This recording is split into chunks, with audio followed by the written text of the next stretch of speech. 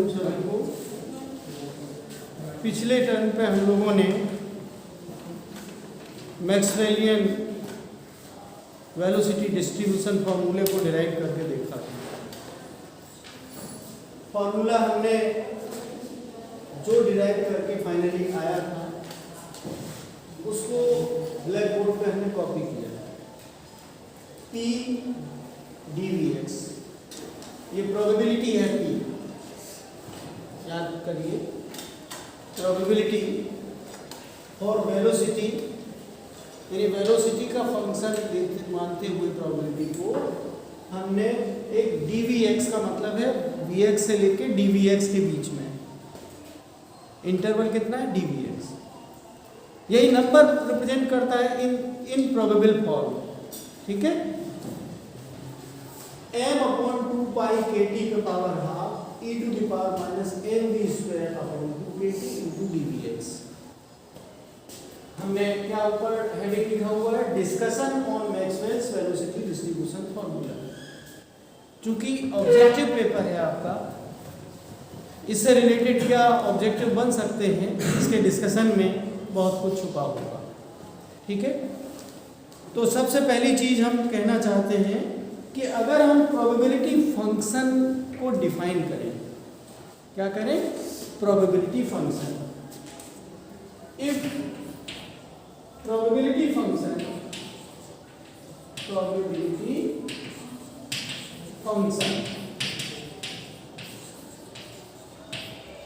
in f dx, then इस ढंग से लिखा नहीं है बुक में, थोड़ा सा हमने उसको मॉडिफाई किया है ताकि उसकी पुराने जो नॉलेज आपने गेन करी डेरिवेशन के टाइम पे उसको समझा जाए। तो एफ वी एक्स, तो एफ वी एक्स जो हम लिख सकते हैं वो बेसिकली पी वी एक्स ही है।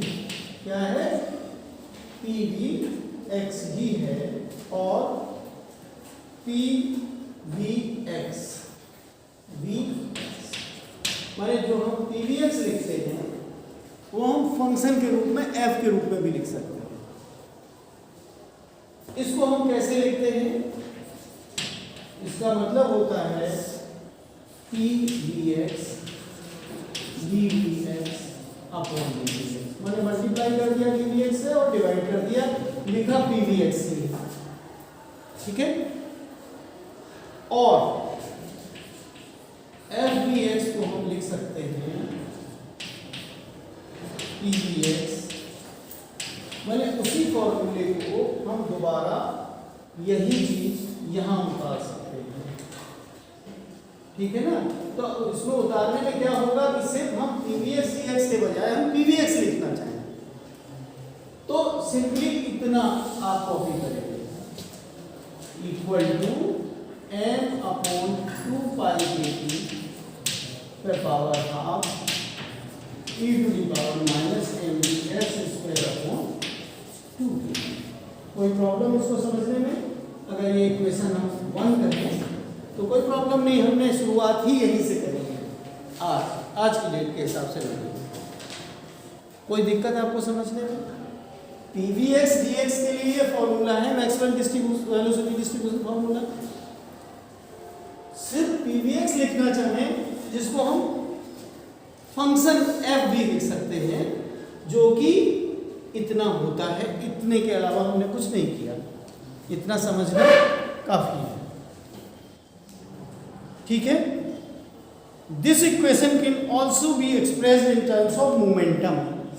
मैंने अगर घुमा फिरा के वेलोसिटी के बजाय मोमेंटम में अगर इसी को कन्वर्ट, जैसा मैंने शुरुआत में ही कहा था कि हम जब भी कोऑर्डिनेट्स लेते हैं पोजीशन और मोमेंटम लेते हैं, ये ट्रेंड है। लेकिन मैक्सवेल ने वेलोसिटी कंसीडर कर लिया, लेकिन हम चाहते हैं कि मोमेंटम के टर्म्स में भी हम जाने। तो मोमेंटम के टर्म्स में अगर लिखना हो तो यही इक्वेशन कैसे लिखेंगे, तो हम ऐसे भी लिख सकते हैं जैसे हमने लिखा था पी वी एक्स, उसके बजाय लिख सकते हैं पी पी एक्स। क्या लिख सकते हैं, पी पी एक्स, और डी वी एक्स की जगह पे मोमेंटम की रेंज px से लेके px प्लस dpx है। जैसे आप dx से लेके vx प्लस dvx है। इतनी रेंज में नंबर ऑफ जो मॉलिक्यूल्स हैं ये उनकी संख्या है या probability of finding the molecules और particles in that particular range. ठीक है, तो ppx तब अगर आपको लिखना हो तो हम क्या लिखेंगे, m अपॉन 2 पाई kt।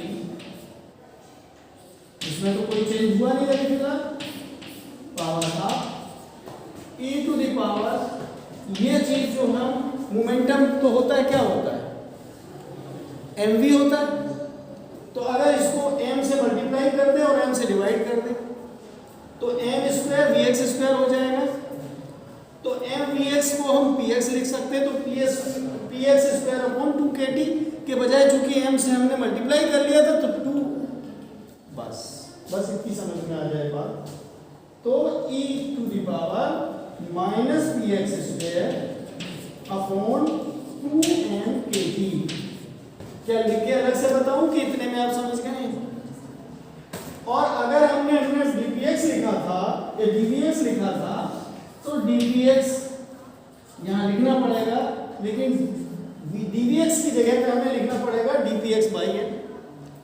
भाई m से मल्टीप्लाई करोगे जब v की जगह p लिखोगे, v इक्वल टू क्या है, p बाई m होता है, तो हमने dpx बाई m लिख दिया। कोई दिक्कत? तो हम इसको लिख सकते हैं इस तरीके से, इक्वल्स 1 अपॉन, देखिए m ये आया तो m को हम अगर अंदर ले जाएंगे इसको यहाँ से हटा के तो m स्क्वायर के रूप में जाएगा, इसके अंदर एक कट जाएगा स्क्वायर, सिर्फ m बचेगा, तो 1 अपॉन 2 पाई m kt हो जाएगा, फिर power half e to the power minus px square upon 2m kt। ठीक है, कोई दिक्कत आपको? और ये हम क्या लिख रहे हैं, dpx को दोनों तरफ से हम हटा दें तो सिर्फ px की वैल्यू होगी। ये इक्वेशन नंबर आप नेक्स्ट डाल सकते हो, शुरू कर सकते हो। जिस फैशन में हमने pvx लिखा है ये, उसी फैशन में हमने px लिख दिया है। अंतर ऑब्जेक्टिव के हिसाब से जब px होगा तो यहाँ पे 1/2 पाई m kt होगा, m यहाँ से भी हट जाएगा लेकिन यहाँ जुड़ जाएगा अगर एक्सप्रेशन के रूप में कहीं कुछ बनता है। यहाँ पे px स्क्वायर अपॉन 2 kt के बजाय 2m kt होगा, बस इतना अंतर आएगा। कोई दिक्कत है तो मैक्सवेल वेलोसिटी डिस्ट्रीब्यूशन फॉर्मूला, लेकिन हम मैक्सवेल वेलोसिटी के बजाय मैक्सवेल मोमेंटम डिस्ट्रीब्यूशन फॉर्मूला बना लिया। समझ गए या नहीं समझ पाए? कोई प्रॉब्लम? कोई हमने डिफिकल्ट नहीं किया, सिंपल सी मैथमेटिक्स है, कोई बहुत फिजिक्स नहीं करी है। फिजिक्स सिर्फ इतनी है जो आपके बैकग्राउंड में दिमाग में घुसी हुई है। वो जो जनरल कंसीडरेशन है कि हमने एक सिस्टम कंसीडर किया, उसमें ये वेलोसिटी है, इतने नंबर ऑफ पार्टिकल्स हैं, ये सारे कंसीडरेशन के बाद ही तो ये फॉर्मूला डिराइव हो गया है था। हमने चेंज क्या किया, बस वेलोसिटी की जगह पे मोमेंटम कर लिया, तो मोमेंटम के फॉर्म में भी इस फॉर्मूले को कंसीडर करके डिस्कशन हो सकता है। इतनी बात हमने आपको बताई। ये पॉइंट अगर क्लियर हो गया हो तो मैं इसको मिटा देता हूँ और आगे बढ़ता हूँ। ये पूरा ही मिटा देता हूँ, फिर और डिस्कशन के लिए कुछ बातें इससे संबंधित जो फिजिक्स है वो हमें डिस्कस करेंगे। आपके पास कुछ लोगों के पास बुक तो होगी, नहीं भी है तो आप अपने ये दो फॉर्मूले तो कम से कम जो ब्लैक बोर्ड में हमने किया है तो नोट कर लेना चाहिए, ताकि हमें दोबारा बार बार न लिखना पड़े ब्लैक बोर्ड में। तो अब आप देखिए, हमने दोबारा लिखता हूं, क्योंकि बेसिकली हमने क्या किया है, मैक्सवेल वेलोसिटी डिस्ट्रीब्यूशन फॉर्मूला। वो एक अलग हम डिस्कशन कर रहे हैं, तो डिस्कशन में जितने पॉइंट्स आएंगे उन सारे पॉइंट्स को जो भी प्रोबेबल है उन सबको डिस्कस करना पड़ेगा।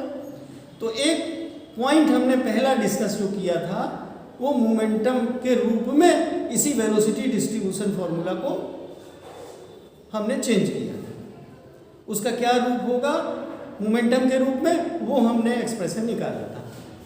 अब हम उस जो वेलोसिटी डिस्ट्रीब्यूशन जो मैक्सवेल ने ओरिजिनल निकाला है उसके बारे में डिस्कस करना चाहते हैं। ठीक है, तो ये फॉर्मूला दोबारा हम लिखते हैं P V X D X equal to M upon 2 pi K T the power half e to the power minus M V X square upon 2 K T D V x. ठीक है, इसको आप equation number कौन सा लिया था मैं नहीं मालूम, 3 लिख दीजिए।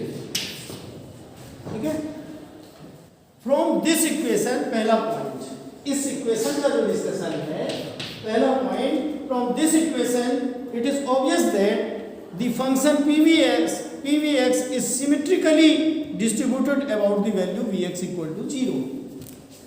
vx को अगर हम 0 ले लें at vx equal to 0, तो इसके अराउंड पहले तो हम एक काम करते हैं, क्योंकि डिस्कशन करने में तब मजा आएगा जब हम इसका vx और उसका ग्राफ बनाते हैं। एक ग्राफ से समझने में ज़्यादा आसानी होगी। ये हमने ग्राफ बनाया, हमने y एक्सिस पे लिया pvx। भाई दो चीजें हैं, एक वेरिएबल हम ले रहे हैं vx और vx डिपेंड किस पे कर रहा है, vx पे डिपेंड कर रहा है ये p। ठीक है, तो pvx हमने यहां लिया और vx ले लिया x एक्सिस पे। डिफरेंट x की वैल्यू पे जो नंबर ऑफ पार्टिकल्स की प्रोबेबिलिटी होगी उसको प्लॉट करा जाएगा इस फॉर्मूले के पॉइंट ऑफ व्यू से। थ्योरेटिकली हम आर्बिट्रेरी यूनिट पे लिए ले रहे हैं। एक्सपोनेंशियल है ही है, ई की पावर लगी हुई है, मल्टीप्लाइंग फैक्टर ये है। मल्टीप्लाइंग फैक्टर तो जो मास होंगे उसके पार्टिकल्स के, बोल्ट्जमैन कांस्टेंट है। अगर आपका थर्मल इक्विलिब्रियम है तो टेम्परेचर कांस्टेंट है। हाँ, दूसरा थर्मल इक्विलिब्रियम T1 की जगह हम T2 कर लेते हैं, तब दूसरी बात आएगी, लेकिन एक टेम्परेचर पे एक ही कर्व प्लॉट होगा। समझ में आ रही बात? तो ये तो कांस्टेंट की तरह हो गया, इसमें m/2kT ये कांस्टेंट सिर्फ vx वेरिएबल है, तो vx को हमने x एक्सिस पे प्लॉट कर लिया और प्रोबेबिलिटी को y एक्सिस पे। तो एक टेम्परेचर पे हम ग्राफ बना रहे हैं तो ऐसे बन रहा है, सपोज करते हैं यूं है, एक्सपोनेंशियल है तो एक्सपोनेंशियल कर्व बने। ठीक है, एक दूसरा टेम्परेचर हमने ले लिया,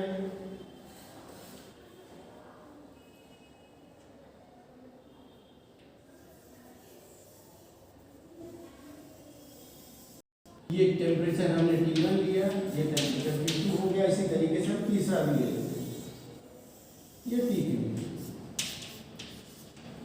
और ये ध्यान रहे कि T1 is less than T2 less than T2।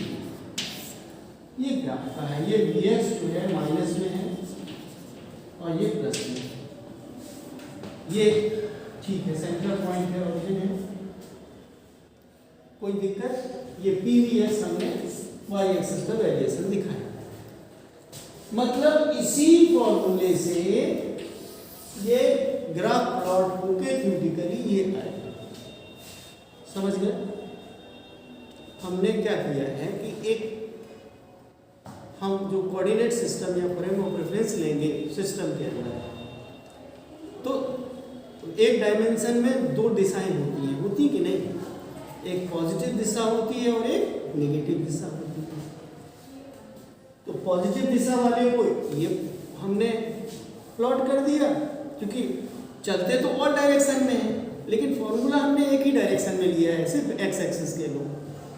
Y और जेड को हमने कंसीडर नहीं किया सिंपल बनाए रखने के लिए कि एक डायरेक्शन समझ में आ गई, उसी से हम ऑल डायरेक्शंस को या उनके कंपोनेंट्स को समझ सकते हैं। Are you clear? तो अब देखिए, अब डिस्कशन जब ग्राफ सामने आ गया तो अब तुमको ये डिस्कशन समझ में आएगा। तो कह रहे हैं from this equation it is obvious that the function, इसको फंक्शन कह रहे हैं, बीच में हम लोगों ने डिस्कस कर लिया था, इसको फंक्शन की तरह ट्रीट किया जा सकता है प्रोबेबिलिटी को, is symmetrically distributed about the value Vx equal to 0। ये 0 जो वैल्यू है वो ऑरिजिन पे है कि 0 वैल्यू वाले की प्रोबेबिलिटी सबसे ज्यादा है, ठीक है। उसके बाद जैसे जैसे पॉजिटिव या नेगेटिव साइड में होगा तो एक्सपोनेंशियली, हालांकि कर्व जो है हमारा बहुत अच्छा प्लॉट नहीं हुआ यहाँ पोर्शन में, आप अपने अपने हिसाब से प्लॉट कर लीजिएगा नेचर। तो इन्होंने कहा कि since average value of Vx for Maxwellian distribution is 0, that is Vx bar, हम थ्योरेटिकली अगर निकालना भी चाहें मैथमेटिक्स के हेल्प से तो ये minus infinity to infinity Vx PVx dVx से निकालेंगे। जब इसको हम इसमें PVx dVx की वैल्यू रखेंगे तो इसका प्रूव करेंगे, ये हम करके नहीं दिखा रहे, आपके पास बुक है ही, या लिखना चाहे तो हम इसकी PVx dVx को मतलब ये चीज़ हम प्लॉट करके यहाँ पर सब्स्टिट्यूट कर देंगे, इसको सॉल्व किया जाएगा स्टैंडर्ड इंटीग्रल को सारा लेके, तो इसकी वैल्यू 0 आती है, इसलिए यहाँ पर 0 प्लॉट करके दिखाया गया, ठीक है। 0 हमने यूं ही नहीं कह दिया, ये इंटीग्रेशन से एवरेज वैल्यू निकाली, चूंकि ये सिमेट्रिक है, जितनी प्रोबेबिलिटी इधर जाने की उतनी ही प्रोबेबिलिटी इधर जाने की है। और हम सिस्टम को कहने को तो छोटा कह रहे हैं कि हमारे हिसाब से हम दृष्टाएं ईश्वर की तरह विशाल तरीके से देख सकते हैं, लेकिन उन मॉलिक्यूल्स के हिसाब से जो डायमेंशन है वो एक तरफ उसका पॉजिटिव डायरेक्शन में, नेगेटिव डायरेक्शन में वही इन्फिनिटी है। हम कई बार शायद इसकी फिलॉसफी बता चुके हैं कि न्यूक्लियस छोटा होने के बाद भी न्यूक्लियन के लिए न्यूक्लियस का ही जो डायमेंशन है वही उसके लिए इन्फिनिटी होता है। तो सिस्टम को अगर हम कंसीडर करते हैं जहाँ पे पाए जाने की पूर्ण प्रोबेबिलिटी है 1 है, तो वो system minus infinity to infinity ही माना जाएगा, ठीक है। तो ये 0 आती है। तो इसने कहा कि इसी इक्वेशन से बहुत क्लियर है, P को अगर माइनस Vx हम सब्स्टिट्यूट कर दें इसमें तो PVx ही निकलेगा, यानी अगर हम इसमें माइनस Vx रख दें तो उसका होल स्क्वायर करेंगे तब भी यही रहेगा, कोई फर्क पड़ेगा। तो इसलिए हम सिमेट्रिकल और बनाते हैं, एक इसमें सब्स्टिट्यूट, देखिए यहाँ तो कोई परिवर्तन है नहीं, हम एक बार बहुत क्लियरली समझा चुके हैं, केवल Vx यहाँ है और स्क्वायर में है, तो चाहे प्लस रखो चाहे माइनस रखो दोनों में प्रोबेबिलिटी बराबर दिखाई देगी, राइट, मैग्नीट्यूड वाइज। तो this again indicates that PVx is symmetrical about Vx equal to 0। मतलब ये सब्स्टिट्यूशन प्लस Vx और माइनस Vx करने में भी दिखाई मोटे मोटे तौर पर दे रहा है कि ये सिमेट्रिकल है, एक दूसरे माने जो हमारी लेफ्ट पोर्शन है और राइट पोर्शन है वो एक दूसरे की मिरर इमेज है। पहला पॉइंट आपने डिस्कस कर लिया कि प्लॉट होगा, हमने पूरे ग्राफ को भी नहीं डिस्कस किया पहले पॉइंट में, सिर्फ Vx इक्वल टू 0 की बात करें कि और भी प्रोबेबिलिटी जो भी आएंगी वो एक्सपोनेंशियली डिके करेंगी, इतनी बात करेंगे। Are you clear? अब आते हैं हम लोग सेकेंड पॉइंट पे, इसको मिटा दूं मैं, ग्राफ बना रहने देते हैं, इक्वेशन भी बनी रहने देते हैं। अब ये कह रहे हैं the probability distribution function is maximum for that value of Vx। ये सेकंड पॉइंट में ये कह रहे हैं कि मैक्सिमम कब होगा। ये ग्राफ हमने बना दिया एडवांस में, ठीक है, लेकिन हम मैथमेटिकली भी तो देख लें कि मैक्सिमम कहाँ है। तो इसमें इन्होंने लिखा प्रोबेबिलिटी डिस्ट्रीब्यूशन फंक्शन दी प्रोबेबिलिटी, ये प्रोबेबिलिटी डिस्ट्रीब्यूशन को शो कर रहा है। प्रोबेबिलिटी डिस्ट्रीब्यूशन किसकी वैल्यू से, दी प्रोबेबिलिटी डिस्ट्रीब्यूशन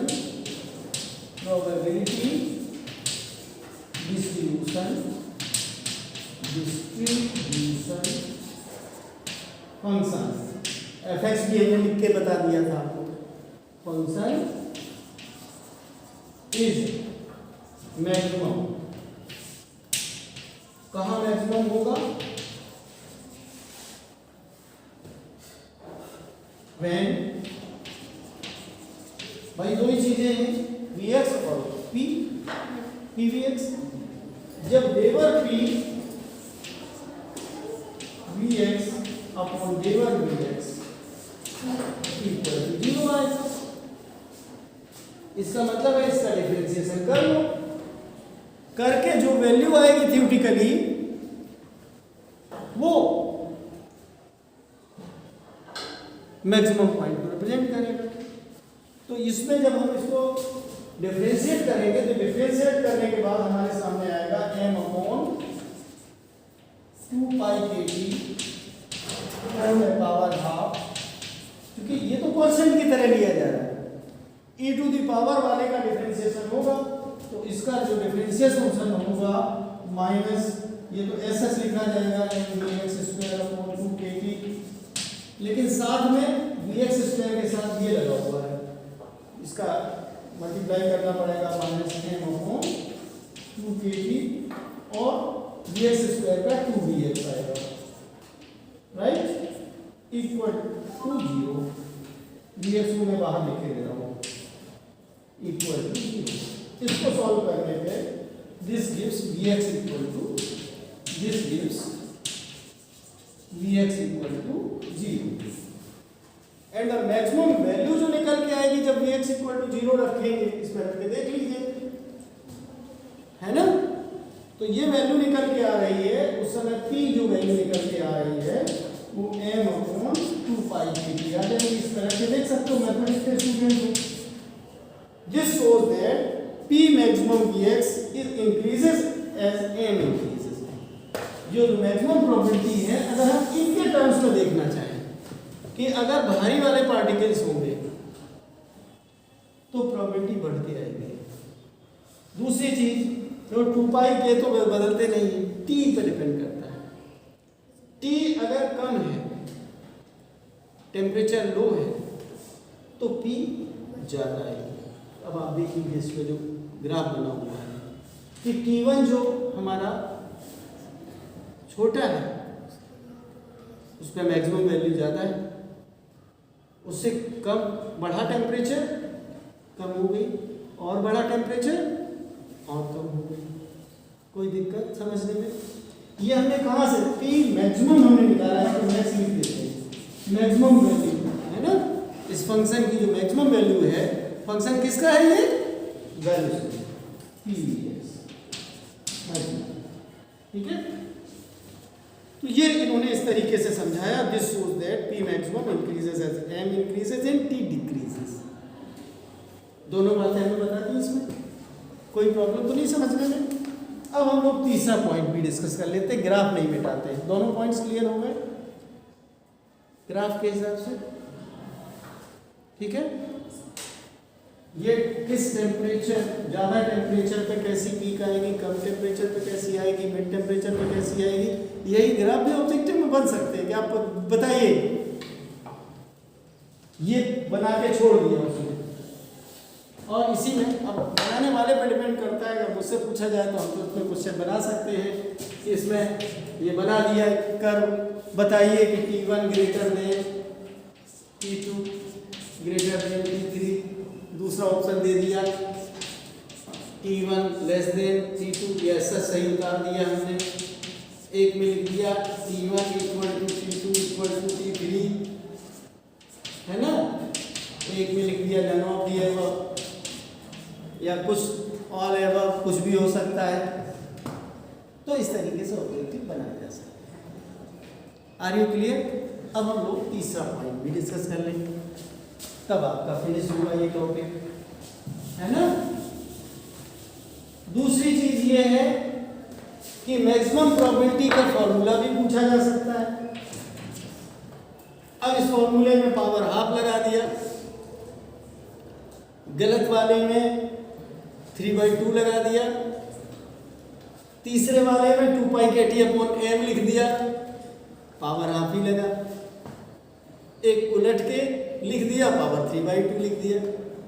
तो अब जो कंफ्यूज होगा वो यहाँ कंफ्यूज हो जाएगा कि नहीं। हालांकि इस लेवल के क्वेश्चन यहाँ पीछे ऑब्जेक्टिव में नहीं दिए, लेकिन ये कोई डिफिकल्ट नहीं है, बहुत आराम से बनाए जा सकते क्वेश्चंस, है ना।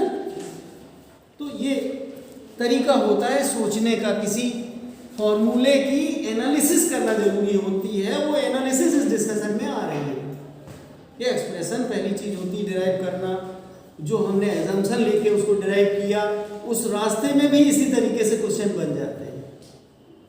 तो हमारा कहने का मतलब है, जब आपको नोट्स रटने नहीं हैं, आपने जो डेरिवेशन किया तो उसमें जो खास जो मोड़ आते हैं, जो जीवन में मोड़ आते हैं, ऐसे डेरिवेशन वाला जो जीवन काल है, ये ऐसे शुरू हुआ जेड तक खत्म हुआ है, उसमें भी मोड़ ही मोड़ होते हैं। मोड़ ही में उसकी कुछ फैक्ट्स जो होते हैं वो ऑब्जेक्टिव के लिए आप बना के क्वेश्चन तैयार कर सकते हो, है ना।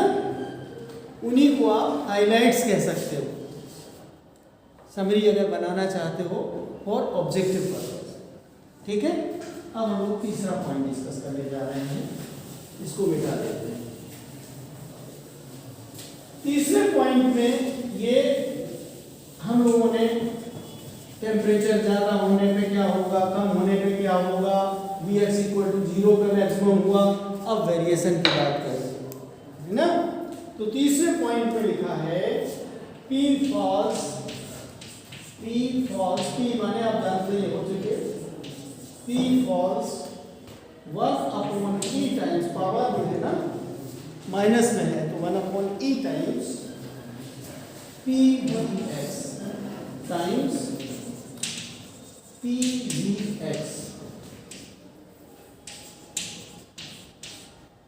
at value of any Vx at any value of, हालांकि ऐसे इन्होंने नहीं लिखा, मेरे हिसाब से वैल्यू ऑफ Vx का मतलब एनी वैल्यू ऑफ Vx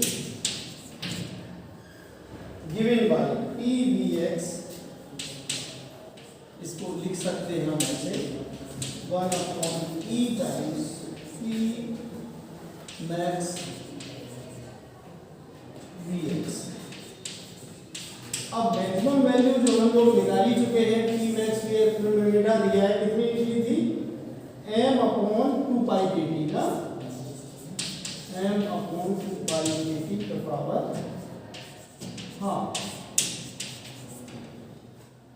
या फिर इसी को आप लिख सकते हो, जब आपने लिखा है तो e⁻⁻mv²,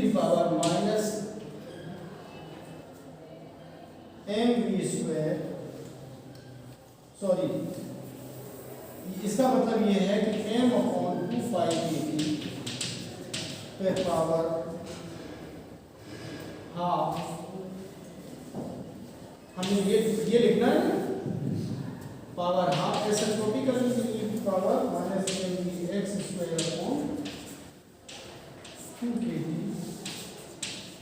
equal to 1/e of m/2π/kt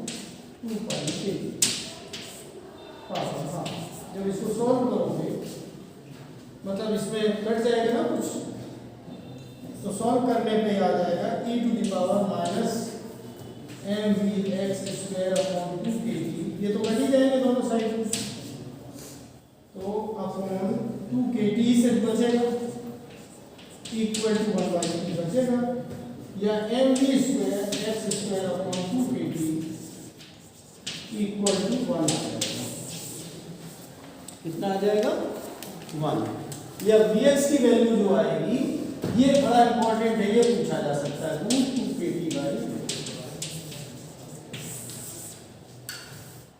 Maxwell velocity distribution formula के अनुसार the value of Vx at temperature T is given by the formula √2kt/।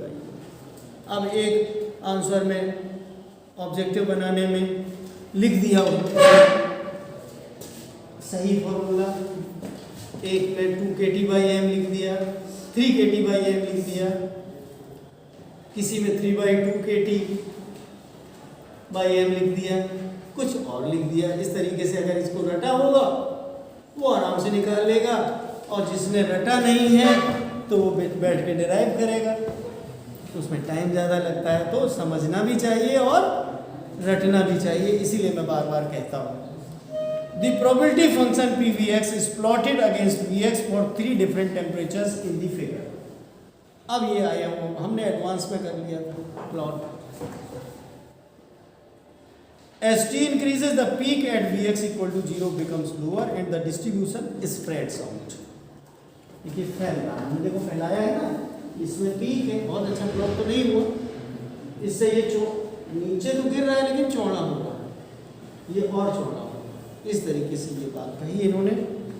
The area under the curve is always unity. हाँ, ये point objective के लिए है कि आपको graph बना दिया तो कोई भी, चाहे इसका एरिया निकालोगे, चाहे इसका एरिया निकालोगे, चाहे इसका एरिया, ये पॉइंट नोट करने लायक है for objective. Area under the curve is unity. जो टोटल प्रोबेबिलिटी होगी वो 1 ही होगी. तो एक ये ऑब्जेक्टिव पॉइंट क्वेश्चन की लाइक जो है पॉइंट बनता है. उसके बाद इन्होंने एक अल्टरनेटिव डेरिवेशन है, जब हम एक निकाल चुके तो अल्टरनेटिव डेरिवेशन की हमको कराने की ज़रूरत नहीं है. अब इसके बाद मैं, चूँकि लगभग टाइम होने वाला है, नया शुरू करना मुश्किल है, लेकिन थोड़ा सा हम आपको आगे वाला क्या करेंगे, बहुत सिंपल सा है जो कि बड़ा इंटरेस्टिंग टॉपिक भी है. उसका इंट्रोडक्शन हम लोग थोड़ा बहुत कर सकते हैं, नहीं कर सकते हैं तो हम आपको बता देते हैं. Doppler broadening of spectral lines हम लोग क्या करेंगे कल. डॉपलर ब्रॉडनिंग ऑफ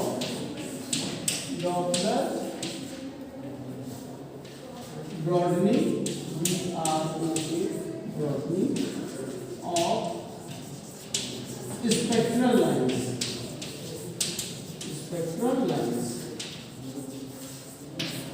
ये हम लोग कल इस टॉपिक को करेंगे. ये आप जान लीजिए, सबने स्पेक्ट्रम देखा है, पार्ट 3 में आ चुके हैं. पार्ट 2 में आपने म्यूवाई स्पेक्ट्रोमीटर सभी ने किया होगा, उसमें स्पेक्ट्रम देखा, उसमें शार्प लाइंस आती हैं